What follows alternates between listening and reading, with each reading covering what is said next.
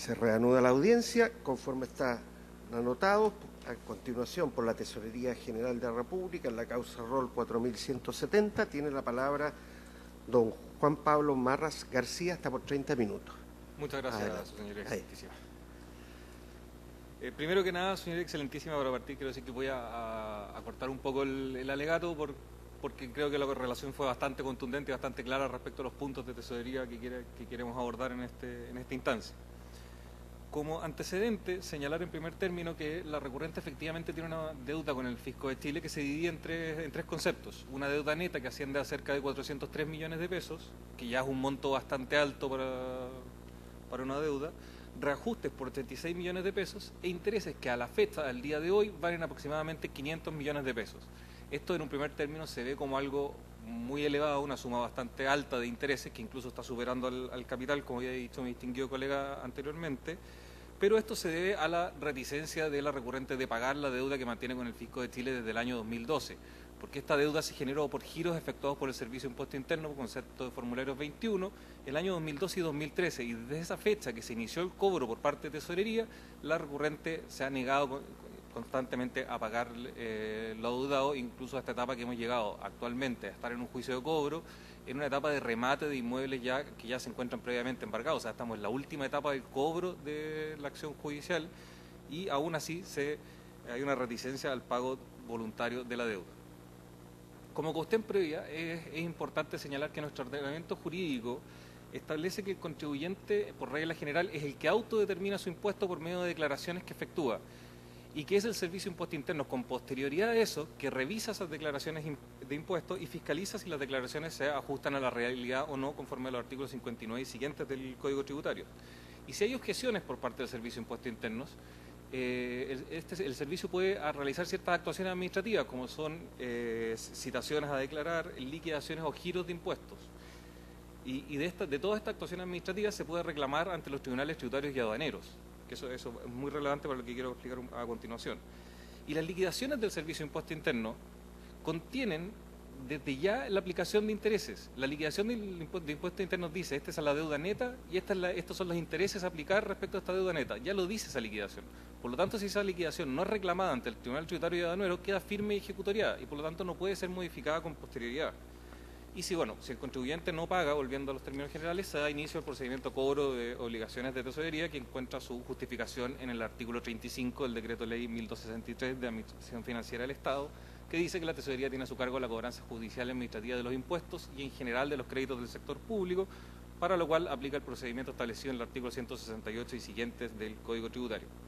Y aquí es importante señalar que el artículo 169 dice expresamente que la nómina de deudores morosos del Servicio de Tesorerías es título ejecutivo para todos los efectos legales. Por lo tanto, el deudor solo puede poner ciertas excepciones a esta deuda, pero ninguna de ellas dice relación con el monto de lo adeudado. Por lo tanto, aquí cuando ya estamos ante un título ejecutivo y ante un cobro ejecutivo, ya no se puede discutir el monto de la deuda, incluido si se aplica la aplicación de intereses respecto de esa deuda. Ahora, respecto al fondo del asunto, su señoría excelentísima. Primero hay que señalar que la norma contra la cual se recurre no resulta aplicable al procedimiento pendiente, o si lo queremos decir de otra forma, ya fue determinado por resolución firme y ejecutará su aplicación. ¿Y esto por qué? Porque el artículo 124 del Código Tributario dice que toda persona puede reclamar de la totalidad o de alguna de las partidas de las liquidaciones o giros y puede reclamar ante el Tribunal Tributario y Aduanero. Aquí se acreditó en estos autos, que mediante certificados de movimiento acompañados, que los formularios 21 demandados en el expediente de cobro obedecen a liquidaciones, fueron precedidos de liquidaciones de parte del Servicio de Impuestos Internos que contienen los intereses a pagar. Si el contribuyente no estaba de acuerdo con la aplicación de intereses, lo que debió haber hecho en su minuto es no solamente haber reclamado administrativamente, pudo haber reclamado ante el Tribunal Tributario y Aduanero respecto a la aplicación de esos intereses. Y al haber reclamado ante el Tribunal Tributario y Aduanero respecto de la aplicación de esos intereses, efectivamente pudo iniciar esta acción constitucional para la no aplicación del artículo 53, inciso 3 del Código Tributario. Pero actualmente el proceso de cobro, el proceso pendiente, no es de determinación del impuesto a pagar. Es un procedimiento de cobro de una obligación que ya está previamente determinada. En consecuencia, la norma cuya declaración de inconstitucionalidad se solicita ya fue determinada su aplicación por parte del Servicio de Impuesto Interno y eso ya no puede ser modificado actualmente. Y si bien uno podría pensar que esta norma efectivamente en la práctica se va a aplicar en algún minuto al momento de que el Tribunal de la Calera liquide la deuda, porque va a aplicar nuevamente el artículo 53, inciso 3 del Código Tributario. La aplicación de esa norma y la determinación de que esa norma ya se aplique fue resuelta por una resolución administrativa que se encuentra firme y ejecutoriada, resolución administrativa que es reclamable ante los tribunales de justicia, que en este caso no se reclamó. Para poner un ejemplo, para clarificar este punto, por ejemplo, yo voy y demando a Juanito Pérez de indemnización de perjuicio por 100 millones de pesos. Lo demando, gano el juicio por 100 millones de pesos, el tribunal de primera instancia dice, concédase la demanda por 100 millones de pesos, más los intereses establecidos en la ley 18.010. Yo voy, gano mi juicio, queda sentencia ejecutoriada, resulta que después inicio un juicio ejecutivo para cobrar esa sentencia, y recién ahí el deudor me dice, no, sabe que yo no quiero que me apliquen los intereses de la ley 18.010, y se viene a esta instancia constitucional a reclamar para tal efecto.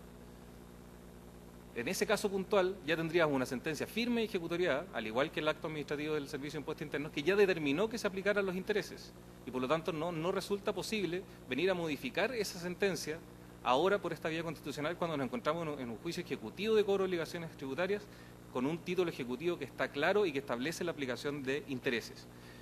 De lo contrario, afectaríamos el principio de certeza de seguridad jurídica, principio que es base del ordenamiento jurídico y que dice que las personas deben saber a qué deben ajustar sus relaciones. Este principio se basa en un concepto de predictibilidad, o sea, que yo sepa que actuar de tal forma, las consecuencias que van a surgir son estas y no otras. Aquí el recurrente, al saber que no iba a pagar una deuda y que no reclamó ante el Tribunal Tributario y Aduanero respecto a la liquidación, efectivamente debió saber que posteriormente en el juicio ramate ya se le iba a aplicar la liquidación completa de todos los intereses adeudados hasta esa fecha. Si no, se estaría afectando la exigibilidad y ejecutoriedad de los actos administrativos, porque las liquidaciones y giro del Servicio de Impuestos Internos son actos administrativos y se sujetan a las normas de los actos administrativos regulados en la ley 19.880. Por lo tanto, se consagran las presunciones de legalidad, de imperio, de exigibilidad y de ejecutoriedad de los actos administrativos. Y si la liquidación del Servicio de Impuestos Internos se encuentra firme y ejecutoriada a la fecha, no resulta posible por esta vía, creo esta parte al menos, venir a tratar de modificar ese acto administrativo que ya estableció la aplicación de intereses. Entonces, respecto a ese punto, quiero ser muy claro en que se está por esta vía tratando de dejar sin efecto un acto administrativo finalmente, que es la liquidación del Servicio de Impuestos Internos que estableció aplicación de intereses. Ahora, respecto del fondo del asunto, de la constitucionalidad misma de la norma, hay varios aspectos que tocar. Uno, hablar un poco de los intereses penales moratorios establecidos en el artículo 53, inciso 3 del Código Tributario. Y como decía en un principio, por regla general, en nuestro país los impuestos son autodeterminados por las partes, por medio de declaración, y el Servicio de Impuestos Internos después revisa esas declaraciones y determina si se ajustan o no a la realidad. Entonces surge una necesidad de crear un incentivo al correcto cumplimiento de la obligación tributaria y, por otra parte, un desincentivo al no pago de la misma o al no pago oportuno de la misma. Y es en este caso en que surgen los conceptos del reajuste para mantener en el tiempo el valor de lo debido y la existencia de los intereses penales, que como veremos, vamos a ver un poco más adelante, se ha discutido acerca de cuán elevados tienen que ser esos intereses penales o no en relación al interés de la banca, al interés comercial. Y esos intereses penales surgen para desincentivar el incumplimiento de la obligación tributaria que, como decía, es autodeterminada por los contribuyentes. Ahora, la historia del artículo 53 del Código Tributario en esta materia ha sido bastante cambiante, y desde la dictación de la ley 11.474 ha ido cambiando de un interés que pasó por un 2%, por un 3%, un 1,5%, nace en el nuevo Código Tributario, en el actual Código Tributario, con una tasa de un 3%, baja posteriormente a lo que actualmente tenemos, que es de un 1,5% mensual. Pero la historia fidedigna de estas leyes deja en evidencia que siempre hay un denominador común, que es buscar que este interés penal incentive el correcto cumplimiento de la obligación tributaria y desincentive al no cumplidor, desincentive a no cumplir la obligación tributaria porque se le va a aplicar un interés a su deuda. Entonces se ajusta a consideraciones la aplicación de este interés a consideraciones de justicia y equidad, sobre todo pensando que estamos tratando con contribuyentes que están en mora de cumplir una obligación tributaria versus otros que van y la cumplen voluntariamente. Por lo tanto, ahí se produciría una desigualdad si no le aplicamos intereses al que paga tardíamente su obligación versus el que la paga a tiempo. ¿Qué incentivo habría de pagarla a tiempo si no le voy a aplicar intereses al que no lo hace? Y se ha dicho mucho tanto en la doctrina como en la discusión de todas estas normas, que el interés no puede ser un interés bajo. ¿Y eso por qué? Básicamente porque no se puede incentivar que el contribuyente prefiera pagar sus deudas comerciales por sobre sus deudas tributarias. No puede ser que el interés de la banca sea más alto, porque si no el deudor va a preferir pagar sus deudas comerciales y no ir a pagarle los impuestos al fisco, que como todos sabemos tienen una finalidad del bien común de toda la sociedad.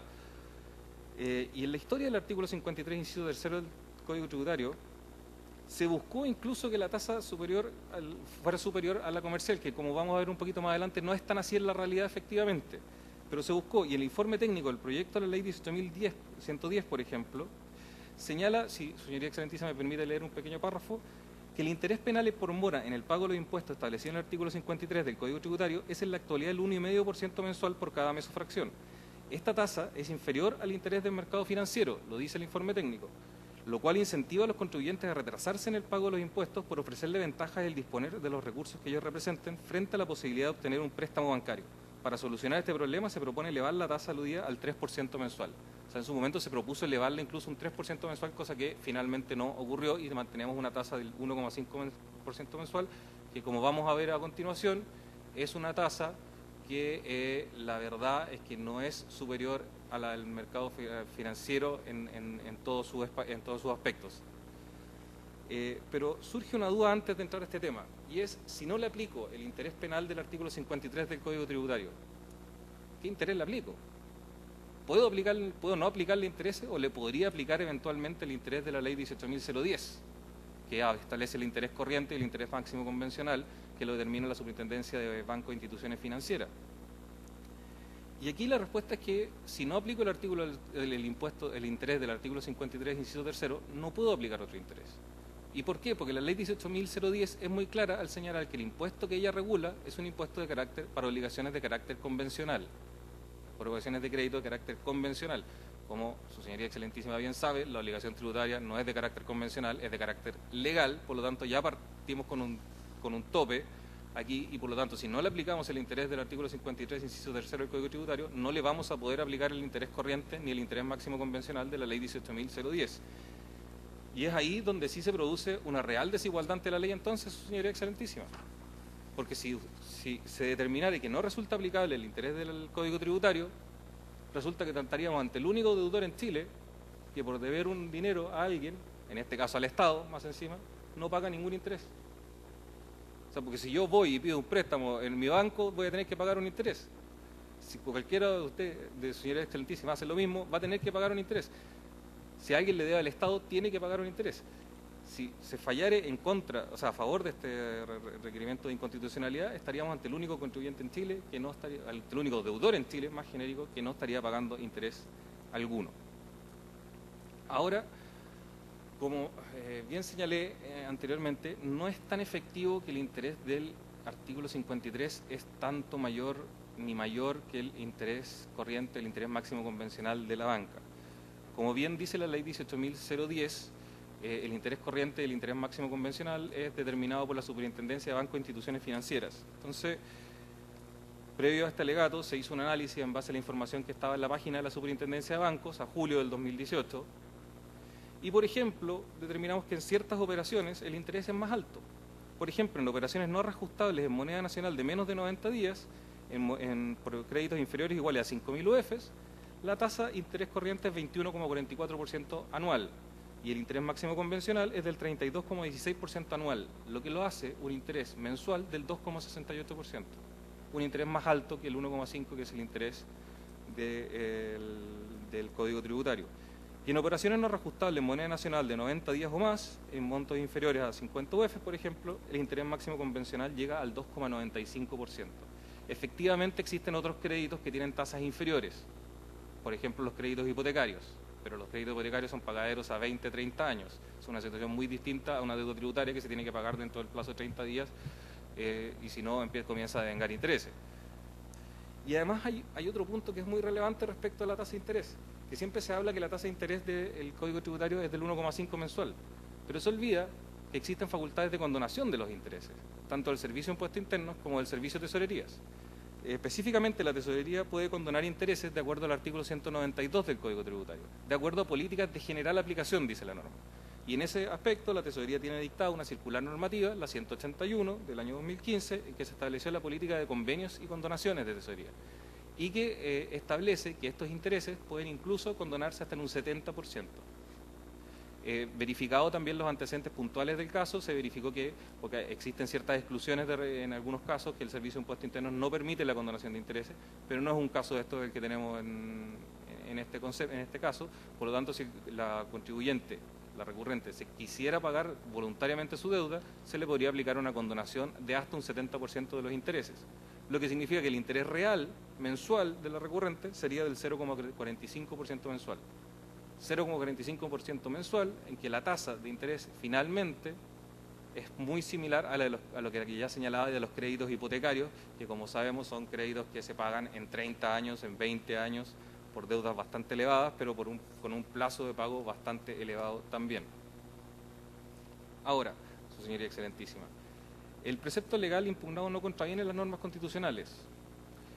Respecto al derecho a la igualdad y a la no discriminación, esto hay que ser muy claro en decir que dichos derechos se refieren a que iguales supuestos de hechos se deben aplicar las mismas consecuencias jurídicas, pero que no toda desigualdad de trato es una vulneración de esta garantía, en la medida que esa desigualdad de trato no sea arbitraria. O sea, si hay una racionalidad de esa distinción, efectivamente no se vulnera esta garantía constitucional. Y hay un fallo de este excelentísimo tribunal de rol 2489 del 2013 que trata la misma materia. Trata el artículo 53 del Código Tributario y su eventual inconstitucionalidad por afectar la igualdad y la no discriminación ante la ley. Y mi distinguido colega acá no ha sabido contravertir los hechos, porque tanto en el derecho como en los hechos ese fallo es muy similar a la causa actual, es muy similar. Y en uno de los considerandos respecto a la igualdad ante la ley, este fallo de este excelentísimo tribunal, si me permite leer, señor presidente, dice que la igualdad ante la ley significa que las normas jurídicas deben ser iguales para todas las personas que se encuentren en las mismas circunstancias y consecuencialmente diversas para aquellas que se encuentren en situaciones diferentes. No se trata por consiguiente de una igualdad absoluta, sino que ha de aplicarse la ley en cada caso conforme a las diferencias constitutivas del mismo. La igualdad supone, por lo tanto, la distinción razonable entre quienes no se encuentran en la misma condición. Entonces aquí lo que se refiere es la razonabilidad del trato diferente. Y aquí, como hemos visto con anterioridad, hay una razonabilidad en la aplicación de intereses por parte del Fisco de Chile al no pago de las deudas, razonabilidad que está dado por el incentivo al pago voluntario de la obligación tributaria. Por lo tanto, no se ve afectada esta garantía constitucional. Respecto del derecho a la igual repartición de tributos y demás cargas públicas y a la prohibición de los tributos manifiestamente desproporcionados, simplemente señalar lo que ya se ha señalado con anterioridad, que el interés penal es una sanción, no es un tributo en sí, por lo tanto no le aplica esta garantía constitucional. Tanto es así que no es un tributo que es condonable. Todos sabemos que un tributo en sí no podría ser condonado por un órgano de la administración del Estado. El interés sí puede ser condonado porque no estamos refiriéndonos a un tributo. Y respecto al derecho a propiedad, decir que efectivamente ante una deuda que ya va cerca de los 1.000 millones de pesos, el único perjudicado es el Fisco de Chile, su señoría excelentísima, que no está persiguiendo un monto que se le adeuda y que ya se encuentra en sentencias con resolución ejecutoriada que se le adeuda. Aquí mi distinguido colega, una parte de su alegato se dedicó a discutir respecto a la existencia de la deuda ante el Servicio de Impuesto Interno y la discusión que había. Eso no es relevante a esta altura porque aquí estamos ante un juicio de cobro de obligaciones que ya está perfectamente definido cuál es el monto de la deuda que se adeuda. Y para terminar, señora excelentísima, no quiero extenderme mucho más, quiero hablar un poquito del derecho comparado, de qué sucede en el resto de la región y en el resto del mundo respecto a la aplicación de intereses. Y aquí, en el informe que preparamos, se estableció bastante detalladamente lo que ocurre en el resto de la región respecto a intereses moratorios, y simplemente quiero referirme a casos particulares como el de Argentina, por ejemplo, que tiene 4 tipos de intereses distintos. Un interés resarcitorio, que es de un 3% mensual, un punitorio, que alcanza el 4% y que es para el caso para cuando se pasa a cobranza judicial el crédito, un interés moratorio, que es cuando el contribuyente se adhiere a un plan de pagos, y además un interés por apelación maliciosa que puede aumentar hasta en un 100% el interés resarcitorio. O sea, en Argentina, por lo menos, tenemos intereses más altos que acá en Chile, el interés penal para estos efectos. En Colombia, por ejemplo, el interés es de carácter trimestral y es equivalente a la tasa de usura, que puede llegar a ser de un 29,09% trimestral, o sea, estamos hablando de cerca de un 10% mensual, un interés mucho más alto que el que establece Chile en este sentido. México también tiene una tasa de recargo por mora y otra por prórroga, una asciende al 1,13 mensual y el otro al 0,75 mensual, o sea, también estamos hablando de un interés muy similar al chileno. Perú también tiene 3 tipos de intereses: moratorio por pagos extemporáneos, moratorio por multa y por aplazamiento fracción. También un interés muy alto. Lo mismo sucede con Brasil, Ecuador, España y los distintos casos que hemos puesto, hemos informado a su señora Excelentísima en el informe presentado por esta parte. Por todo lo anterior, señora Excelentísima, consideramos que aquí no hay una contravención a la Constitución en esta norma, ni por la norma en su forma teórica, ni en el caso particular, el caso concreto por el cual se recurre. Por lo anterior, solicito se rechace el recurso, señora Excelentísima. Muy bien, finalmente, por la ilustre Municipalidad de Santiago, en la causa rol 4623, tiene la palabra don Patricio Varela. Adelante, por favor. Señor Presidente, excelentísimas señorías, a nombre de la ilustre Municipalidad de Santiago, nosotros vamos a alegar solicitando el rechazo del recurso de inaplicabilidad por inconstitucionalidad del inciso tercero del artículo 53 del Código Tributario, según el requerimiento que ha formulado la empresa Inversiones BB, sucesora legal de la anterior empresa Inversiones La Hollada. En primer lugar, señalar que esta es una historia que es de larga data y tiene antecedentes tanto a partir del año 2012 con el juicio ejecutivo que se le notifica a la empresa en el mes de septiembre de ese año, como algunos anteriores que más adelante voy a indicar.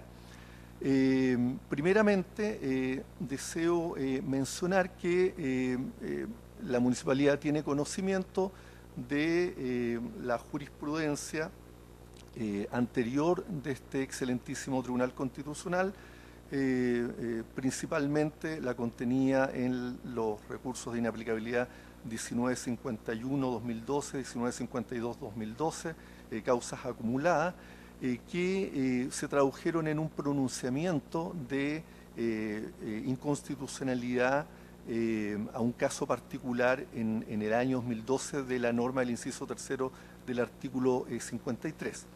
Es muy importante tener presente que ese pronunciamiento, que tuvo voto de minoría, se refería a un caso muy especial que derivaba de situaciones que tuvieron que ver con causas ante los tribunales superiores de justicia, ante las cortes de apelaciones, y que guardaban relación con las delegaciones que de manera inconstitucional habían sido hechas por el director del Servicio de Impuesto Interno respecto a los directores regionales para sustanciar causas tribunales, circunstancia que la Corte Suprema estimó que debía conducir necesariamente a la nulidad de los juicios tributarios correspondientes.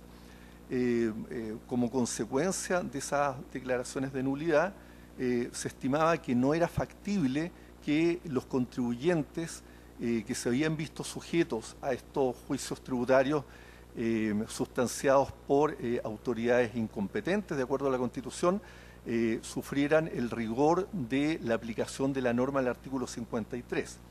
Así quedó plasmado en consecuencia en las causas 1951-2012 y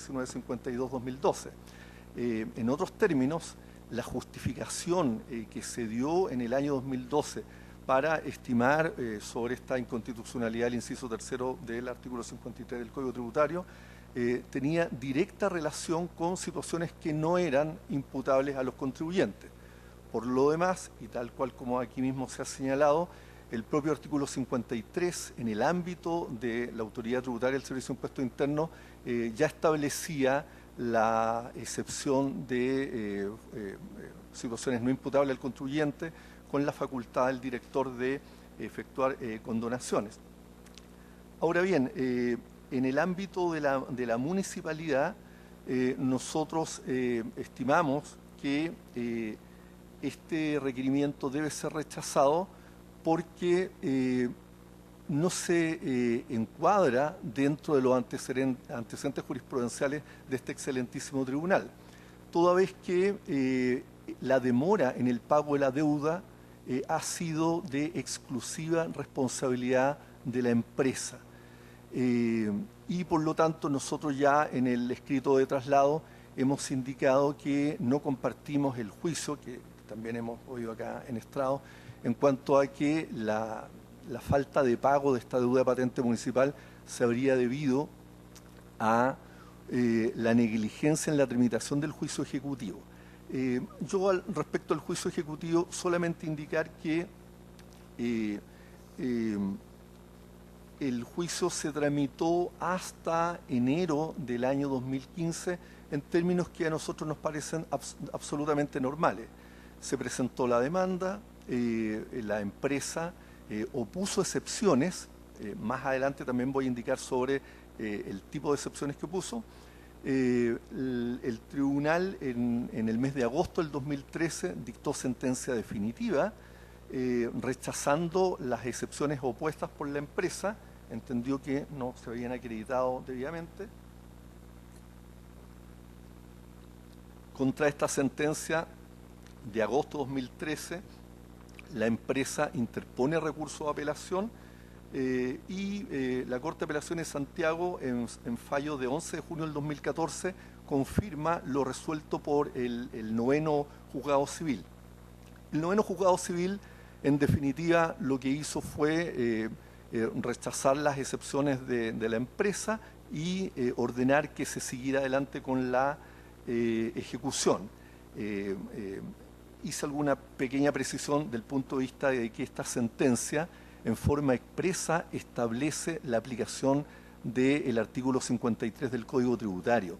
Por lo tanto, efectivamente acá se produce un problema porque este requerimiento de inaplicabilidad ha sido planteado para que tenga incidencia en la gestión de apelación de la liquidación que practicó el tribunal, en que aplica, por supuesto, la norma conforme al fallo del año 2013, y por lo tanto, de acogerse el recurso, aparece una situación al menos incómoda, estimamos nosotros, desde el punto de vista legal y jurisprudencial, porque ocurre que el tribunal, al efectuar la liquidación, debe hacerlo en virtud de lo que ha dispuesto la sentencia. Y como decimos, esa sentencia, en lo que se refiere al artículo 53, no fue objetada. De manera que, si se acogiera el recurso en la apelación que está viendo la Corte de Apelaciones de Santiago, habría un inconveniente no menor. Por lo tanto, aquí nosotros insistimos en que la sentencia definitiva que se dictó en el juicio ejecutivo es relevante también del punto de vista de una eventual inaplicación del artículo 53 del Código Tributario. Ahora, efectivamente tenemos que dar cuenta de que a comienzos del año 2015 fallece el abogado que tenía a cargo el expediente, el colega Juan Pablo Pozo. Él falleció, entiendo, en los meses de enero, febrero del año 2015, pero él alcanzó a interponer un recurso de casación en el fondo contra la sentencia de la Corte de Apelaciones que había confirmado la sentencia del noveno juzgado civil, y esta casación en el fondo fue rechazada con fecha 29 de diciembre del 2014, teniendo cúmplase el 26 de enero de 2015. Lo que la municipalidad en esta casación en el fondo había impugnado era que el noveno juzgado civil, sin perjuicio de que rechazó las excepciones de la empresa, acogió una excepción de prescripción parcial de la deuda por un monto de 29 millones que correspondía al segundo semestre del año 2009. Y por lo tanto, esa discusión se dio también en la Corte Suprema y a partir, por lo tanto, del 26 de enero del 2015, no hay ninguna duda que la obligación tributaria quedó totalmente establecida. Respecto a las excepciones que opuso la empresa en el marco del juicio ejecutivo, ninguna de ellas se refirió a la existencia de la obligación tributaria. Es decir, habiendo tenido la oportunidad procesal para indicarle al tribunal que existía jurisprudencia de la Contraloría General de la República, eso no ocurrió. Las excepciones versaban sobre una temática de prescripción y sobre un tema de determinación del monto de la deuda conforme al certificado emitido por el secretario municipal, basándose en que la municipalidad no había considerado la rebaja de capital. Hay que decir que para las municipalidades no es un problema serio, y esto ocurre cotidianamente, que se alegue la rebaja de capital. En general las municipalidades acogen eso. En el caso de que se haya cobrado patente, el marco de la jurisprudencia es bastante claro, acorde a lo que ha dictaminado la Contraloría General de la República. Las municipalidades están obligadas a efectuar la devolución de lo que se haya cobrado en exceso en la medida en que se acredite la rebaja de capital, con los fundamentos del caso y la documentación. Por lo tanto, esa discusión en sí misma no era un inconveniente para los efectos municipales. Pero, como digo, no se alegó la nulidad de la obligación. Entonces, teniendo presente que, tal como señaló la parte requerente acá en estrado, ellos indican que no tienen la intención de hacer un cuestionamiento en abstracto de la aplicación del inciso tercero del 53 del Código Tributario, y entendiendo que en diversos fallos de este excelentísimo tribunal se ha tratado de buscar un estándar cuantitativo también para la tasa de intereses moratorios que contempla el Código Tributario, es evidente que en abstracto uno puede tener distintas opiniones y puede encontrar que la tasa del 1,5 es más, menos elevada o no, pero tal cual como se ha señalado acá también por el colega que me antecedió, si se hacen diversas comparaciones, hay un fallo en que el Tribunal Constitucional hace un análisis detallado respecto de tasas existentes en otros países, también respecto a los distintos tipos de interés, porque nuestras tasas de interés también dependen si la operación es reajustable o no reajustable, superior a un año, inferior a un año. Entonces, evidentemente que se puede en abstracto entender que el artículo 53 podría tener una razón alta, pero la verdad es que la norma cumple el objetivo para el cual está pensada. El objetivo para el cual está pensada es que el contribuyente no deje pasar una gran cantidad de tiempo. En consecuencia, no se puede efectuar un análisis en concreto del inciso tercero del artículo 53 si no se incorpora la variable cronológica, temporal. Porque evidentemente que no es lo mismo que al contribuyente le cobren 2 o 3 meses de mora a que le cobren, como en este caso, una mora que prácticamente se extiende a 6 años. Ahora bien, abordando ya los fundamentos que da el requerimiento para que se declare la inaplicabilidad del artículo 53 en la gestión de liquidación pendiente,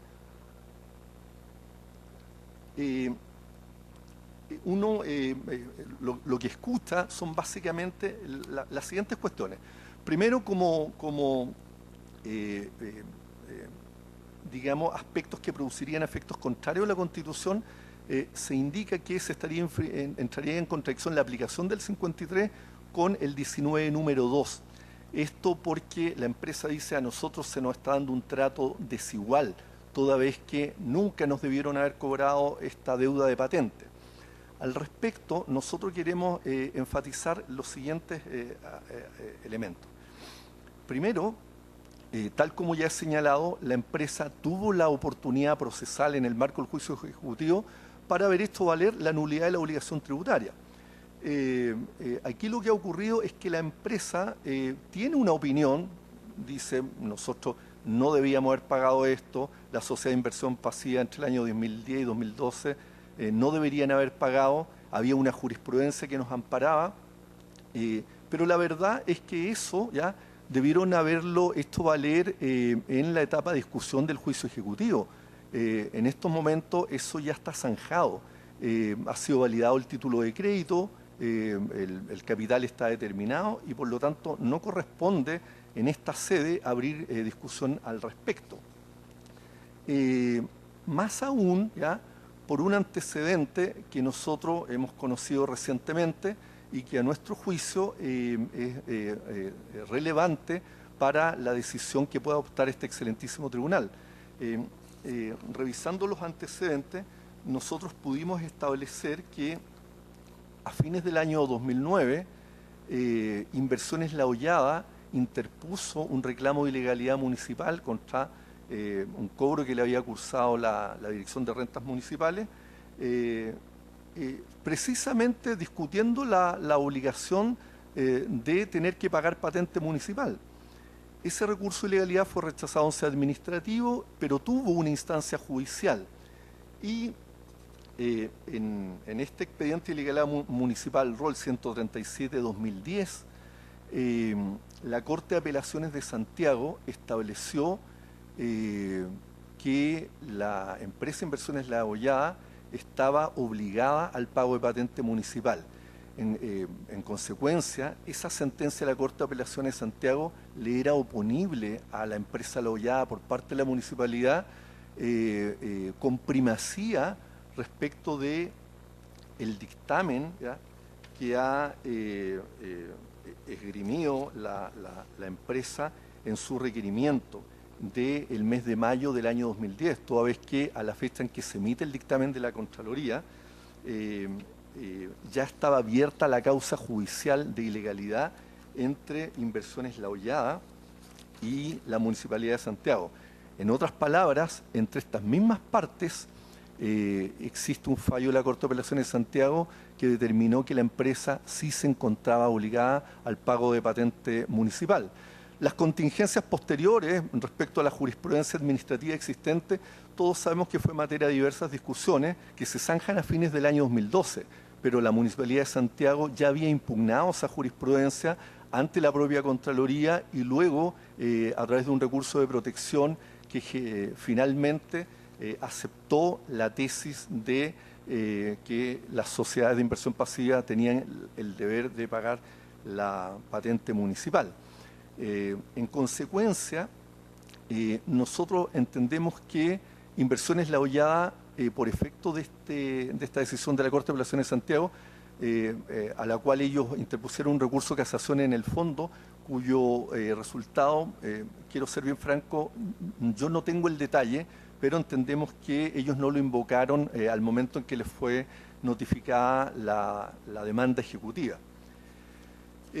Respecto de la contradicción entre el artículo 53 y el artículo 19, número 20, sobre la demora, tal como indicado hasta el año 2015, no hay una demora en la tramitación, y luego de eso ya la municipalidad efectivamente no tenía conocimiento de este proceso y se entera a través de la propia empresa que fue a consultar a la municipalidad respecto a en qué estado estaba esto. Y en esa instancia, en agosto del 2017, la causa se reactiva. Pero se reactiva antes de que se hubieran cumplido los 3 años del abandono. Por lo tanto, del punto de vista de la diligencia municipal, ya considerando los antecedentes que he expuesto, nosotros estimamos que no ha habido ningún tipo de negligencia atribuible a la municipalidad. Pero aún si uno pudiera pensar, la municipalidad debería haber tenido una plataforma informática de juicio, que no tenemos, aún si uno aceptara eso, el hecho está en que el deudor en un juicio ejecutivo puede pagar en cualquier momento el juicio. No depende de la voluntad de la municipalidad que ellos hayan ido consignando, incluso lo que pudieron haber estimado como la deuda justa. Hago presente que en el mes de diciembre del 2017 la empresa consignó efectivamente 130 millones, que más o menos calzan con el primer monto del certificado emitido por la municipalidad el año 2012. De manera que aquí lo que ocurrió fue que la empresa, a partir de enero del 2015, tampoco realiza ninguna acción en el expediente y tampoco realiza ninguna gestión de pago. En consecuencia, se produce una especie de juego de póker, ¿ya? Ellos no hacen nada, no sabemos si esperando que se configurara el abandono del procedimiento o no, pero lamentablemente, o afortunadamente para los intereses municipales, ya se detecta esta situación antes de que se completen los 3 años del abandono en el juicio ejecutivo. Por lo tanto, a nosotros nos parece que incluso si se aplicaran estándares, ¿ya?, del punto de vista de la capacidad del contribuyente, en un análisis algo más abstracto de la norma del artículo 53 del Código Tributario, a nosotros no nos cabe ninguna duda que Inversiones La Hollada debe efectuar el pago de los intereses de la deuda, toda vez que a través de distintas instancias procesales, legales y jurisdiccionales pudo haber hecho valer un argumento que se está tratando de hacer valer ahora, que en el fondo es cuestionar la existencia de la obligación tributaria. En la medida en que eso no se verificó, no puede pretenderse que sea la justicia constitucional la que enmiende esas circunstancias que han afectado a los planteamientos de la parte deudora. En consecuencia, nosotros solicitamos el rechazo del requerimiento de inaplicabilidad del inciso 3º del artículo 53 del Código Tributario, entendiendo que la empresa se encuentra obligada al pago de la deuda por concepto de patente y con los consiguientes intereses que se han acumulado por estos que son atribuibles a la empresa y no a la Municipalidad de Santiago. Finalmente, y dada la trascendencia del antecedente que hemos señalado, nosotros le pedimos a este excelentísimo tribunal que, como medida para mejor resolver, tenga a la vista el expediente de ilegalidad municipal ROL 137-2010 entre Inversiones La Hollada y la Municipalidad de Santiago, a efectos de que se pueda comprobar la efectividad de lo que hemos indicado en este alegato. Esto es que, por resolución de la Ilustrísima Corte de Apelaciones de Santiago, Inversiones La Hollada estuvo obligada a hacer el pago de la patente municipal. Muchas gracias. Muy bien. ¿Cómo no? Rectificaciones de hecho. Muchas gracias, señora excelentísima. Simplemente 2 rectificaciones. Mi contradictor señaló que la sentencia había establecido que se debía pagar intereses. Eso no se compadece con el mérito de auto.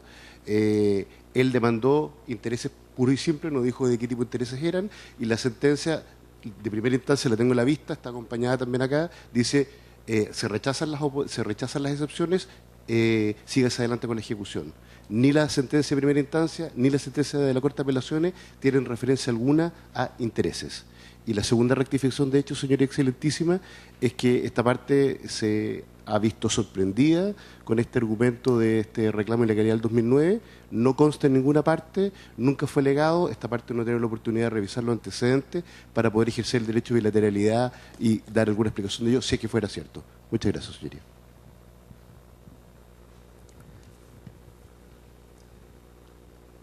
Don Patricio Varela, ¿podría decir algo respecto de la sentencia de primera instancia? Usted señaló que había referencia expresa al artículo 53. Su colega dice que tiene a la vista la sentencia de que se trata, que no alude a tales intereses. Sí, señor presidente, de acuerdo a lo que yo revisé, hay una referencia en el fallo del artículo 53. Si lo que el colega dice fuera cierto, yo pienso que eso va a estar en los antecedentes, así que le doy todo el crédito a un eventual error, pero de los antecedentes que yo revisé, hay una referencia en la sentencia del artículo 53. Muchas gracias. Señora ministra, señores ministros, ¿preguntas que hacer? No siendo así, terminada la audiencia.